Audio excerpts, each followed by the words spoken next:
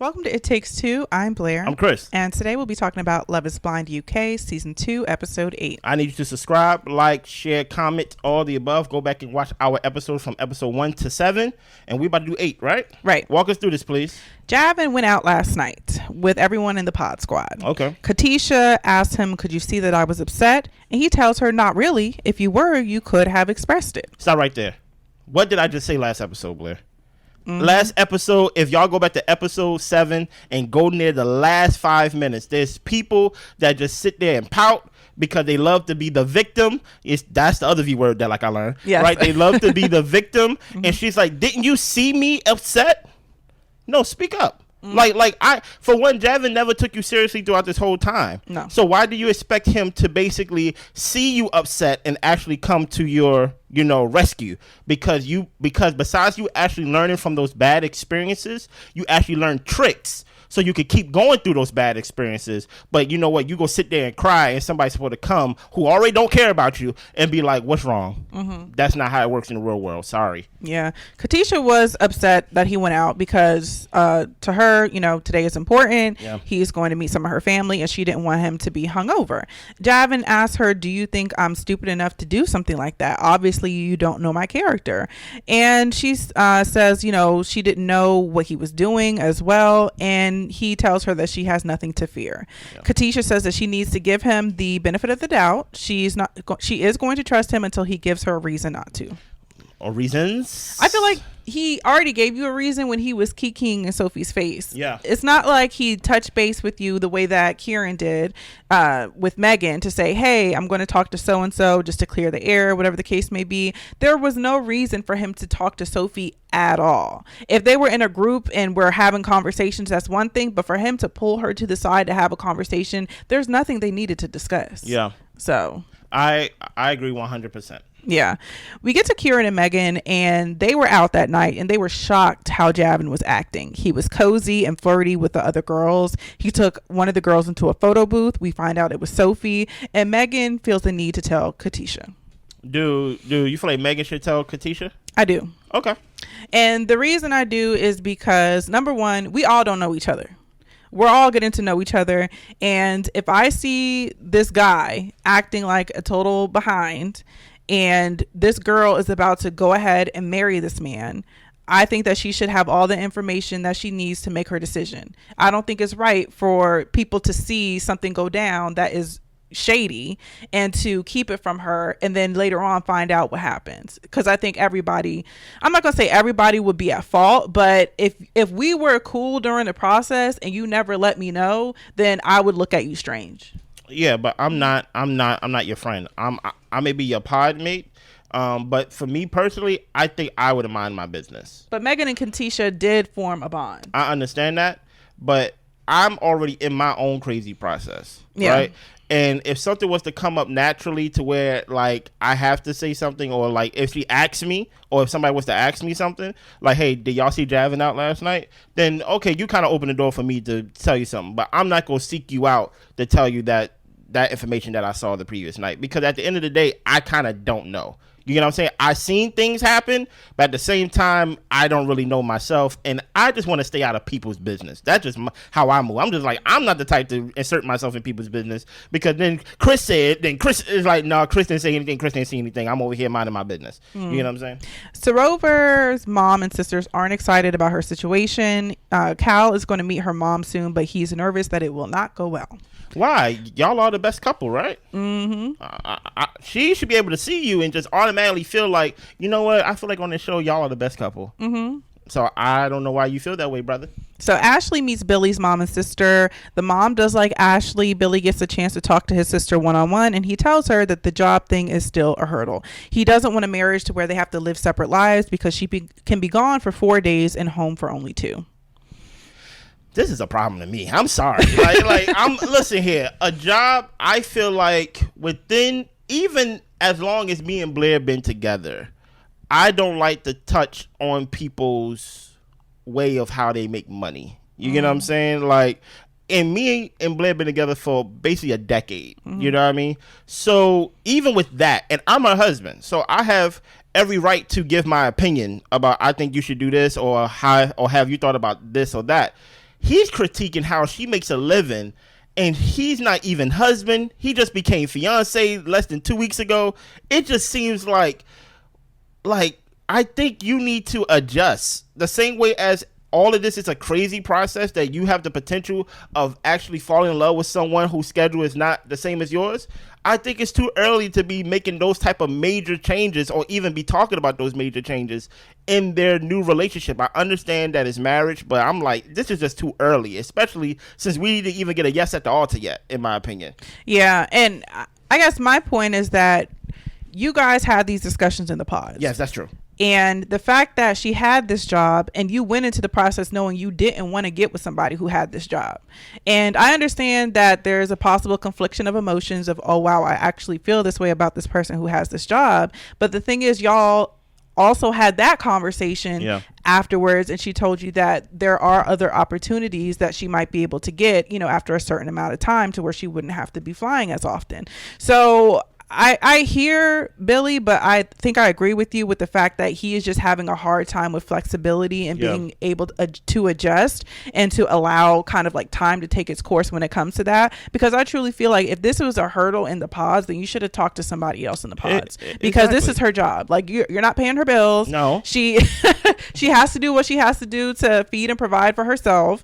And I think that yes, it could be a sore spot, but it should be something that you're willing to work through if you propose to the girl. So you hit the nail on the head. Y'all had this conversation in the pods. So I don't even the fact that she's even willing to conform and like, well, I should can find something different to do. It just like, what, like y'all already as much as it's a benefit to talk to someone that you don't see in the sense of actually building bigger bonds. The benefit to that is, hey, I kind of don't know what you look like, so that's a benefit. Because if I actually see what you look like and you are gorgeous, then I can conform my own, you know, things that I stand for. So he had every right to your point to be like, you know what, this ain't gonna work for me. Mm-hmm. But some people are crazy enough, and this is actually a lot more people than people give credit for.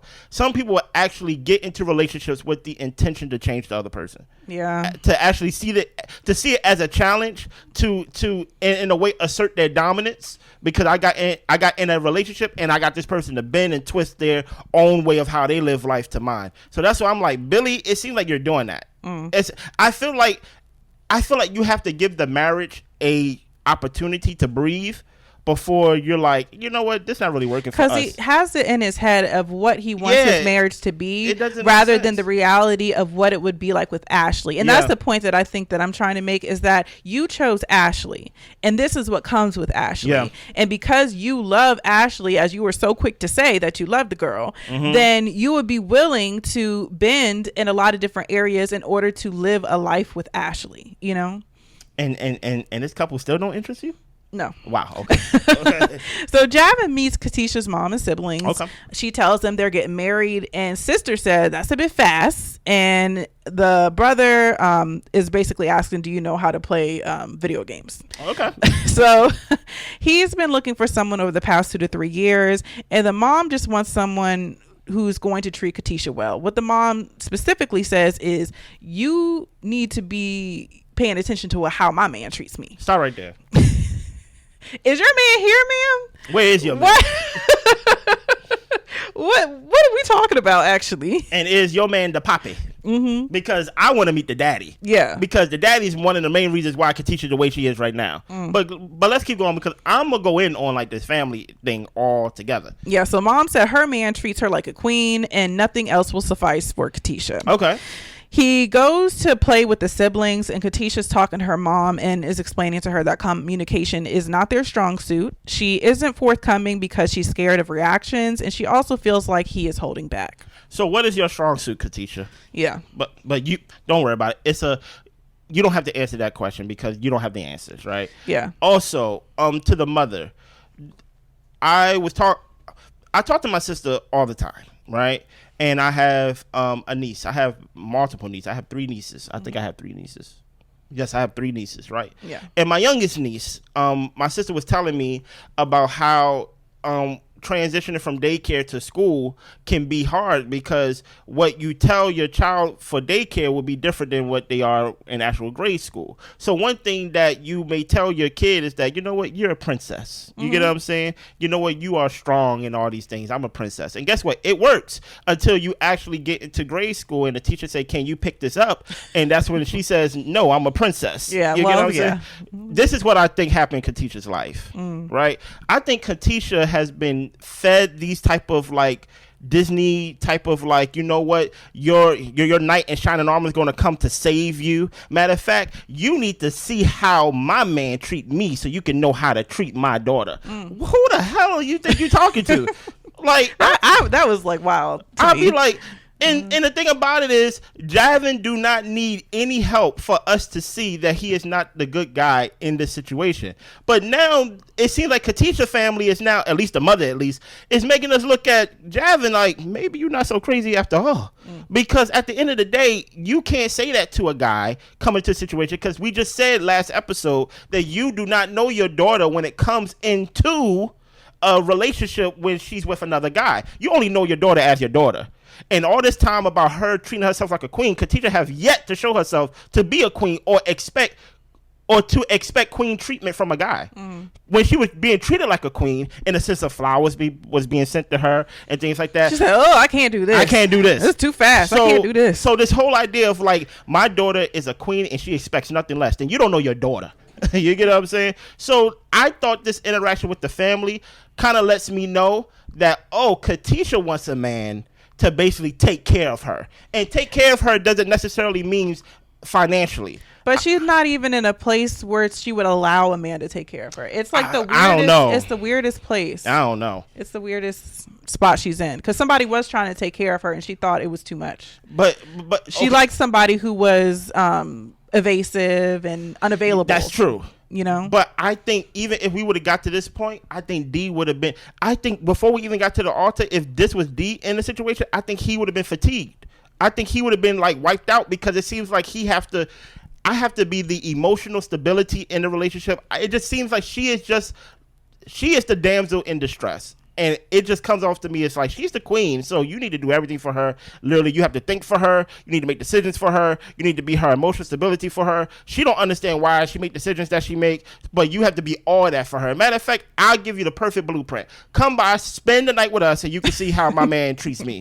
And it's like, that's weird to me. I don't know. Yeah, and honestly, that's why I feel like with Katisha, I know, at least I feel like I'm going hard a little bit on her decision making and her mind and stuff like that. But that's because I truly believe that this was not a good time for her to come on the show. I think that she is just not self-assured enough to be able to make decisions for herself that are actually good for her. And that's why I think that, like you said, she need to be laying on a therapist couch somewhere. She didn't even have the sensibility to choose herself. She did not have to accept anybody's proposal on the show. She didn't. She could have literally walked out and be like, you know what? If it ain't working, it ain't working. I don't like D, and even though I may have flip-flopped with D, you know what? If I'm not gonna have D, I'm not gonna have nobody. But she don't even have the wherewithal to be like, I am a queen, as her mother says she is, and be like, you know what? I'm choosing me. Yeah. No. Yeah, she got more inner work to do. Yeah. So Cal meets Srover's mom and sister, and the mom asks why he chose Srover. He said that he liked her accent. They're similar. They're both into fitness, but he came across very nervous and kind of like he was choking a little bit. Oh, yeah. Mom said, well, marriage is a serious commitment, and she asked if he's ready. He tells her he's ready as someone can be. He wants a family and kids, and he says her daughter is beautiful. Good work, by the way. And he's the lucky guy. And mom says, I know. Okay. Srover said that she was overwhelmed with all of her mom's texts, and she would expect her mom to trust her. This is a real process that you're just going to have to pretty much get with the program, mom. Yeah. He thinks that they have a good chance as anyone. Some marriages don't last for people who've known each other for years. But mom can see that their personalities do complement each other. She sees that he's confident in their connection. Now she feels reassured. He actually impressed her, and she gives them her blessing. Yeah, the only thing I have to say about this is I would just take a mental note about how, because the daughter keeps saying things like, I wish mom would just trust me, right? To me, I always take mental notes so I can kind of read the situation. And I'm just like, have you put yourself in situations to be trusted, or where like you was trusted and you kind of let people down?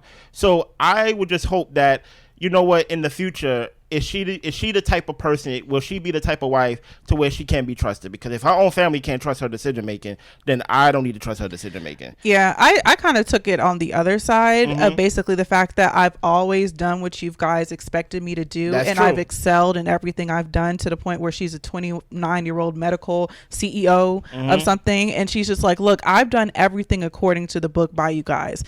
You can trust me for this one thing. You know what I'm saying? Yeah, but even to that point, and that's where I feel like the trust isn't there, because we laid out the steps for you, so I didn't have to trust you. So why would I trust you? Because you just following the lines. Right. So like, no, you haven't done anything to gain trust. That's the listen here. That's the downfall of doing everything your parent wants you to do. Is that they will be happy with you that you did it, but when it comes down to trust, you got to think for yourself. They haven't worked that muscle to trust you. I that's why I did this whole blueprint, so I don't have to trust you. I trust me. Right. You know what I mean? So yeah. But I will say, as much as like in the other episode where I was talking about the friend, I think I just consider friends and parents different. As a friend, I don't think it's your responsibility to be the rock or like the bodyguard for your friend. I think you can stand to get to know people and see if you like them for your friend, and just kind of tell your friend your thoughts. But as a parent, you should be a little protective, and I even say a little cold, because I don't think that you should allow that person to come into the space to think that they could run something over the family, essentially. And so the way that I like how the mom handled it, she was watching and she was listening. Yeah. And she was allowing him to talk and not really giving a whole lot of opinions until the very end, to where she felt like she was comfortable giving her blessing. And I appreciated the way that she didn't try to run the conversation and just allowed him to speak for himself. And at times I thought he got choked up, but she allowed him to speak and let him show himself, so that way she could figure out what she thought at the end of the process. Well, I think that's excellent. I think that was perfectly said. I think one of the reasons why she let him talk is because she probably could understand what he was trying to say. Yeah. At first he was like yabba dabba yabba dabba do. It was like okay, like he was evidently nervous. Yeah. As he should be. As he should. But I have a question for y'all, and I have a question for you. When it comes to, because I agree with your analogy when it comes to friends and family, that they should be addressed differently. Right. And they and whatever they say should be accepted differently. Between your family and your friends, who know you in your adult age better? Your close friends or your family?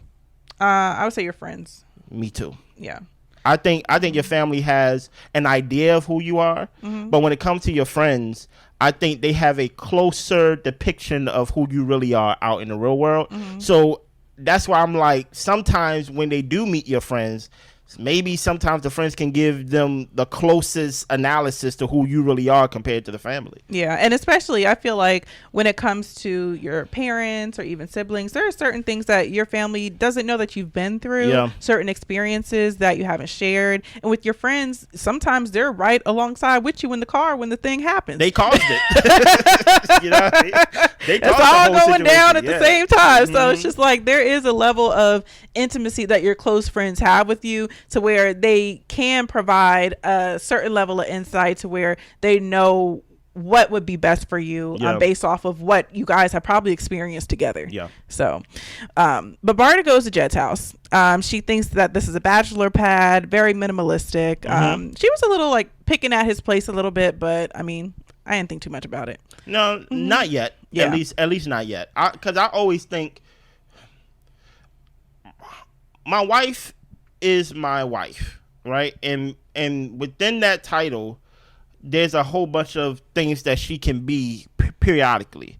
So at certain points she's my best friend, at certain points she's not my best friend, at certain points she's always the wife, but there's just certain things that like she wear many hats, but under that big hat we just gonna say wife. You get what I'm saying? Unlike best friends can never be wife. Best friends can never be that.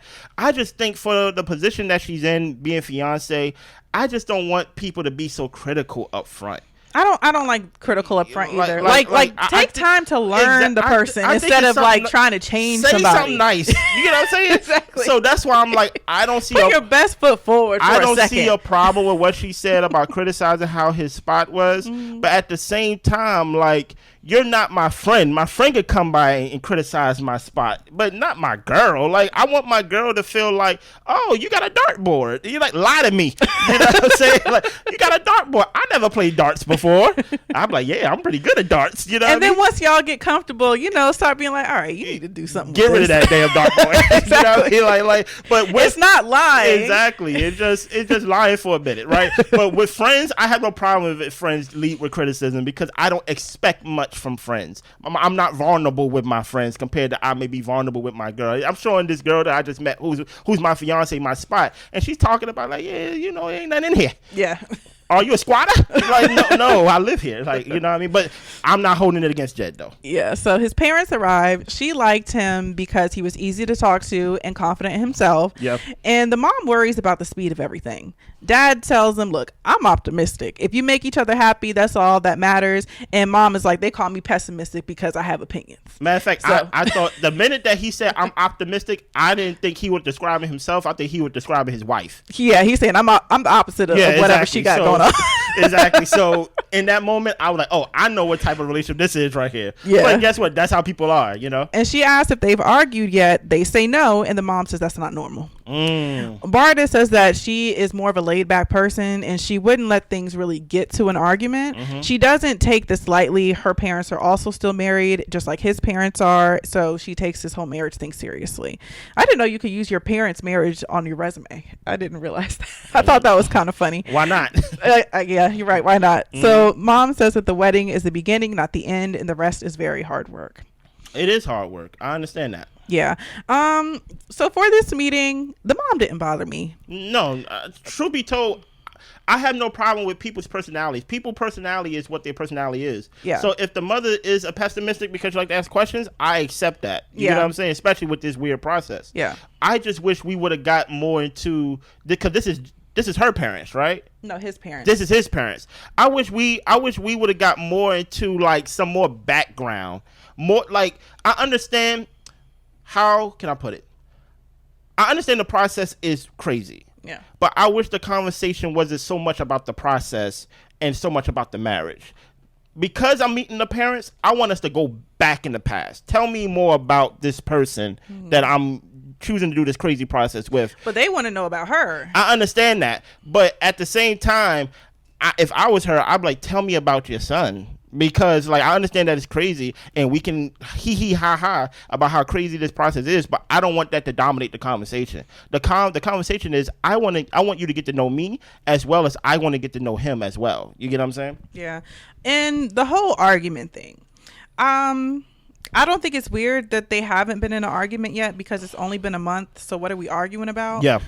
Some people don't argue every day. Some people, like she said, are laid back. And if something happens, they're willing to have a conversation. So I think that maybe with the mom, she's kind of looking at it from her viewpoint and with her personality versus the dad's. It sounds like they're probably do be arguing in their house. I mean, just the way that it came across. Yeah. Yeah, you're right. But I think that you have to consider that other people handle their relationships differently. And I don't think that it's not normal for y'all to have been together for a month and not had an argument. Yeah. Yeah. I think some people, and they may be people who do that, talk about the parents. Yeah. Some people form of communication is arguing. Yeah. And to people on the outside, it may seem weird, like y'all just seem like y'all yell at each other, but to them, they're like, this is how we talk. Yeah. We actually covered this show called Couples Therapy to where like the wife, I forgot her name, the wife she just yelled about everything and things like that, and he just learned to just basically cower to whatever she was doing. But while she was yelling, she wasn't really expressing how she was feeling. Yeah, or the therapist, she was also saying, "Are you mad?" And she was like, "I'm not mad." No, it's like she was like, "But your tone, though." Yeah. What about my tone?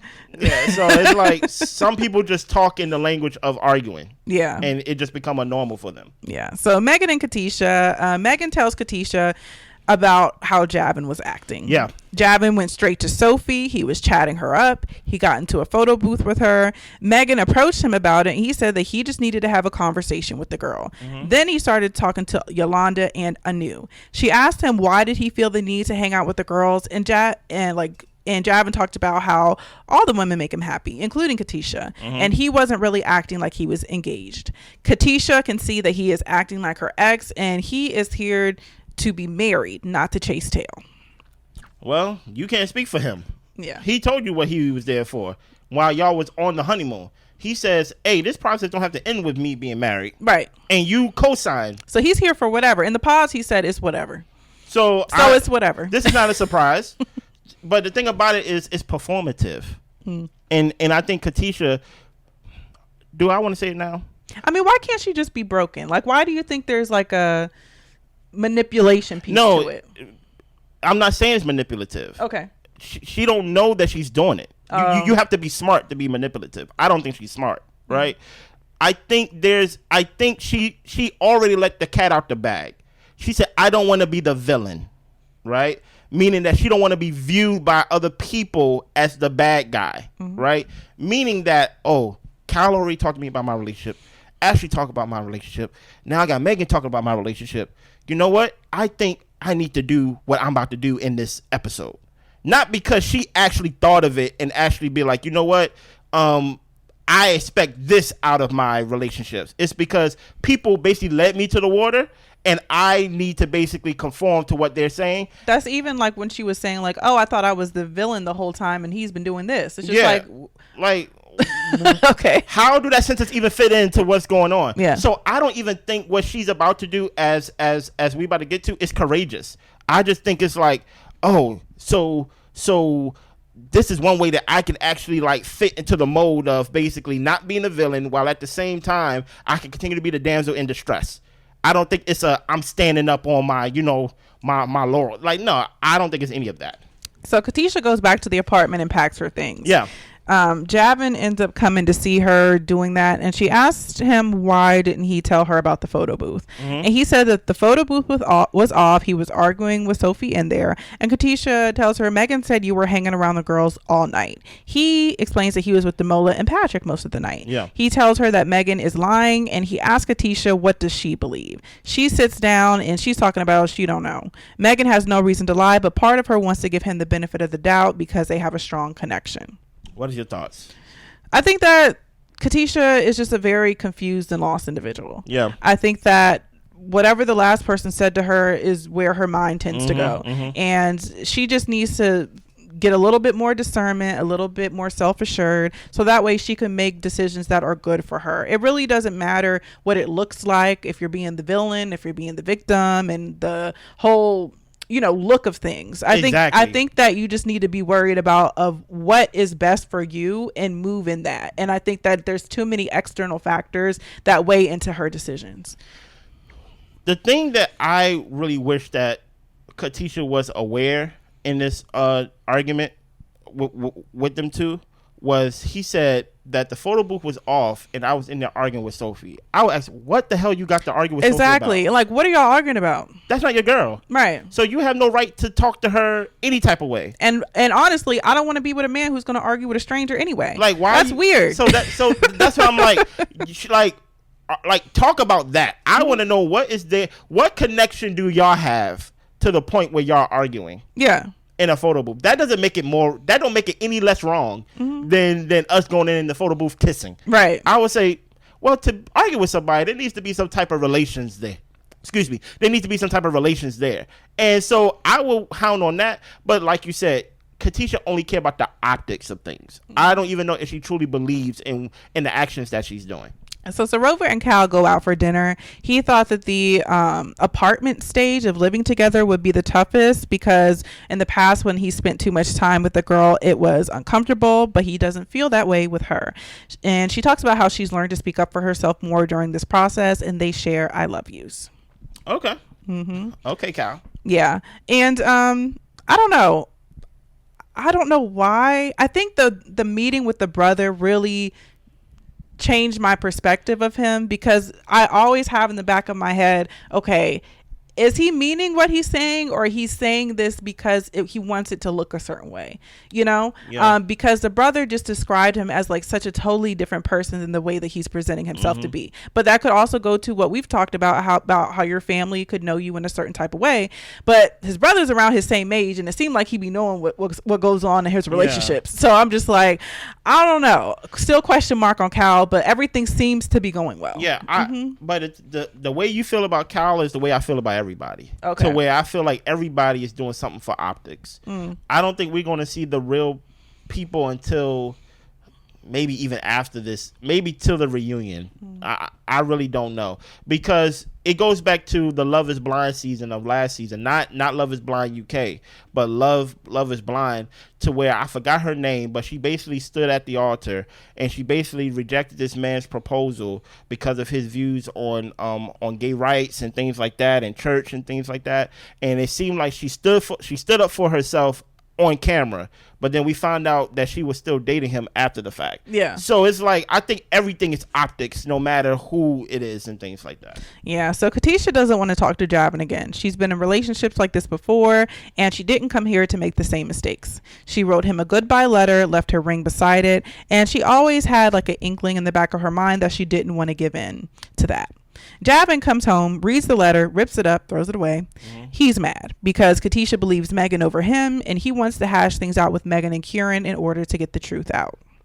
My problem with this is that, do I think that, first of all, Javin, stop acting like you wanted Katisha. You didn't want Katisha. You did not do anything in your relationship up to this point to basically say you wanted to be married.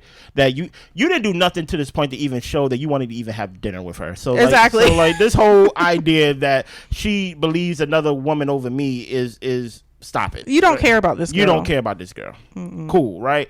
But I don't want to criticize Katisha. I don't understand this whole you always had the inkling, but then like I just don't believe that. Like I just don't believe anything she's saying. I think she's saying that to make herself feel good and look good, but there's no way that you can have this inkling now in episode 8 where you had it back in episode 1. It's just like it. Then why did you make the decisions that you make? And, she couldn't answer. And I'm not falling for that. She's been so damaged by these past relationships. It just shows that maybe you go through things. It's almost like reading a whole book, and then I ask you, what did you get from the book? You're like, I don't know, but I read it. And I'm like, okay, you're not comprehending what you're reading. Yeah. So she's going through situations in life, and she's not learning anything from these situations. She just get these inklings, but it's not even real inklings. It's people telling her, hey, what about D? Hey, what about this? Hey, what about this? And now, I don't want to be the villain, so I should end it. I'm going to end it. It's weird, you know? Yeah. Javin ends up FaceTiming Patrick and tells him Katisha left, as well as what Megan said. Yeah. Patrick says that they were all together. He was there with Damola and himself. He thinks that Katisha values other people's opinions more than her own, and tells him to keep his head up and know that he's done nothing wrong. You chose the worst person to be the person to vouch for you. I'm like, who cares? Like, because number one, Patrick, with the whole baby alleged situation, that is something that I would expect you to be forthcoming with in the pods. Really? I would, because don't have somebody picking you and falling for you, and then all of a sudden you have all of these bombs to drop. So if that's not something that you felt comfortable discussing in the pods, then I consider you to be somebody who has a interesting relationship with the truth. Okay. And especially after that whole Tyler situation with Love is Blind, I'm not playing around with people hiding kids. Like, it's just not a thing, or even kids who aren't here yet. So you ain't lying. But then the other thing too, I just feel like Javin, number one, we saw you hop on your phone immediately after the situation. Yeah. Obviously, I think trying to get somebody to corroborate the situation. If Damola came on, I might have been more inclined. I'm not believing Damola either. Yeah, I might have been more inclined to believe Damola, because I would think that, why would he lie for Javin when this is the guy who basically called him a love bomber and all this type of stuff? Like, we're not cool. But with Patrick, I feel like birds of a feather with Patrick. But Damola don't have a problem with Javin though. Like Damola, even when Javin ended up engaged, Damola gave him a hug, and even when they met up at basically. What I'm saying is that they're not close enough for him to lie for him. I don't even understand why Javin's getting people to lie for him. Like forget who's lying. or things like that. I don't understand why he's calling people trying to put on a facade as if he cares about this girl. That's what I'm most frustrated because about. the facade is what matters to him. I'm just like, but that can't be true, because anytime that we had a scene with you and that girl, you was trying to do everything in your power to prove to us that you don't care about this girl. I think he was trying to keep her humble. You know how some guys like maybe incels, you know, all that stuff. Like I don't know. Now, I'm not saying he's an incel, but I'm not saying he is, but you know, they move the same way. No, they don't. No, they don't. An incel move completely different to where he moves like a player. He moves like he gets women. Oh, okay. An incel don't get. Incel hates women. Oh, okay. You get what I'm saying? Well, I feel like he gets women, but he hates them. No, because you treat him like you hate him. I feel like he's in a position to where he was an athlete and women was always easy for him and things like that. So he never put himself in a position to where he had to prove himself for a woman. Facts. And things like that. Yeah. So Ashley and Billy talk. They talk about the upcoming wedding. He's feeling 50-50 right now, mostly because of the job situation. Yeah. And Ashley, honestly, it just seems like she's just trying to convince him that this thing is going to work. And Ashley, stop trying to convince this man. Let him make his decision and you make yours, because he's stuck on this thing. He's stuck. But Ashley has a goal. Mm-hmm. And her goal is to be married. Yeah. on Love is Blind.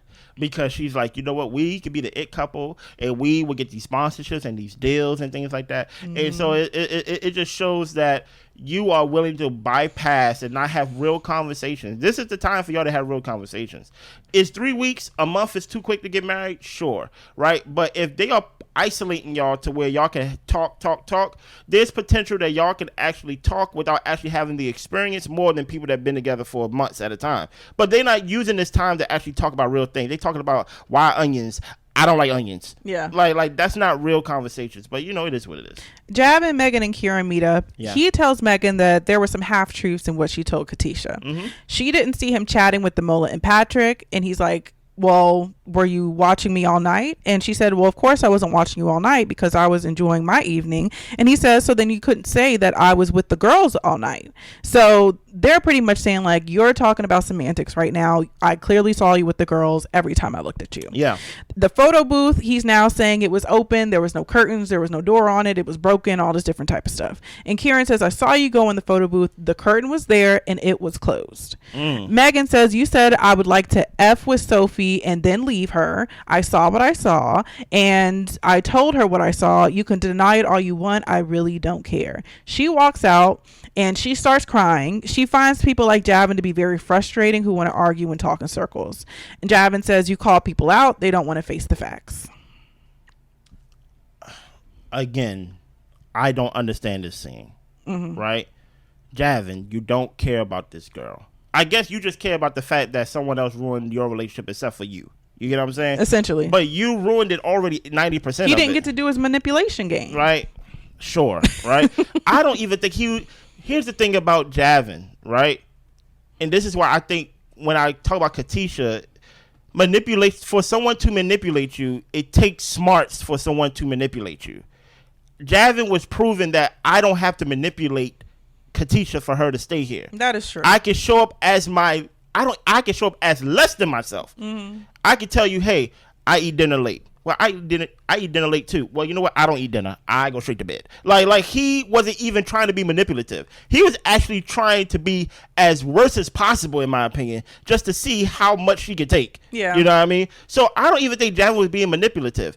I think he was doing semantics when it come down to this whole Megan thing. Mm-hmm. Basically like, they like, you see me talk to any other guys? Basically just trying to catch up on any type of error in her story to be like, see, now how can you possibly know this and know that? The thing about it is, Javin, when you decided to go out that night or whatever, you decided to go out and not be a fiance. Yeah. I don't care what you did or even if you didn't do anything. You're arguing in the photo booth. That is not the works or the acts of a fiance with another girl. Right. Unless she's your sister. Like, so that's why I'm like, he knows that he went out that night. He may not have done everything that Megan said that he did and things of that nature, but you know you went out that night and you was not acting the way a fiance acts or someone that's about to be married. Yeah. So I don't really understand why he's over here yelling at Megan. Well, not yelling at Megan, but basically challenging her story as if like he wanted to, like, that's the thing that I'm confused about with Javin. Also, she calls him a effing prick, and then she goes out and crying, and I said the exact same thing. Why are you crying? Like you know what I'm saying? But the thing is, I get why she was crying, because she was frustrated. Yeah. And she was probably getting angry. And she just was just like, this is stupid. Like, it is stupid. You know what I'm saying? She's like, I don't even want to talk to this guy. So I could get why she was crying. I was just upset that she allowed him to see her cry, because she was doing so good. She was doing so good. Maybe. I felt like she was holding strong. She was saying her points, and there was nothing he could wiggle his way out of, as much as he tried to. Even Kieran, I felt at times like he was like, well, Kieran, like, what did you see? Like, trying to see like bros, you know, before hoes type situation. Of course. And Kieran was like, the thing was closed. There was a curtain. It was closed. Like, what are we talking about? So yeah, I guess Javin thinks that, you know, he's the smartest one in the room, or he can get people to not see what they saw or change up their stories. But no, Javin, you know, I was about to start going in on him. Why? You're a failure at Football Academy. Okay. You couldn't get a girl in the Love is Blind experience because you did it to yourself. But anyway, I mean, that's pretty much all I have to say. Oh, well, okay, thank you. I guess you want to continue on where Megan left off at. Here's the thing. Even though all this can be, all this is all the things that I still feel like at the end of the day, Megan still should have minded her business, in my opinion. Even though she could be right, but at the same time, you still haven't told your man I love you, and y'all about to get married in less than 2 weeks. No, she did tell him at this point. Oh, she did? Yeah, she did tell him in one of the episodes. I'm about to say, hopefully she did. Yeah, she did. I don't remember, but I'm going to stick to that because it sticks to my plot. But it's not true. You didn't tell your man I love you, and guess what? I don't trust you, okay? Anything else? That's all I got. I need you to subscribe, like, share, comment, all the above. We see y'all. Bye.